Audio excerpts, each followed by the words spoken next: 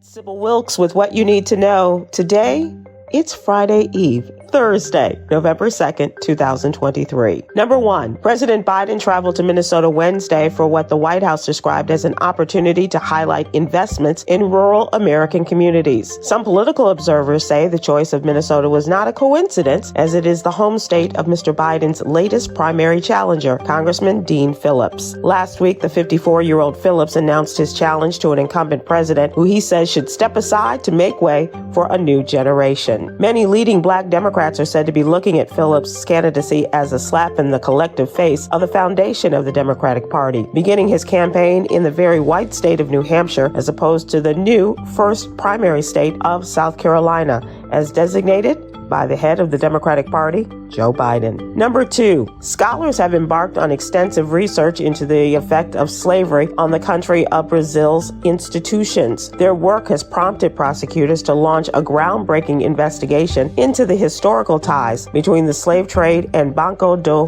Brasil. The investigation into Banco do Brasil and the proactive approach by descendants of slave owners in presenting their family's history is seen as a timely political development. Number 3, atopic dermatitis, also called eczema, is a chronic skin disease resulting in very itchy, dry rashes or patches. Research has shown the risk for atopic dermatitis may be higher among individuals of color. The reasons for this are still unknown, but are believed to involve genetics, ancestry, social, and environmental factors. Number 4, on October 18th, Amy Malone spoke about her concerns at a San Bernardino, California city council meeting about the city hiring of Charles Montoya as a city manager. While speaking, she was interrupted by 2 men on Zoom who said, "Go back to Africa," and used derogatory terms, including the N-word. But instead of condemning the comments, the mayor pro tem, Fred Choret, said it wasn't something they could control. Well, Ms. Malone condemned the non-condemnation by saying that is something that should never have happened. Number 5, in the next few days, most Americans will be getting that extra hour of sleep overnight with the time change occurring Sunday morning.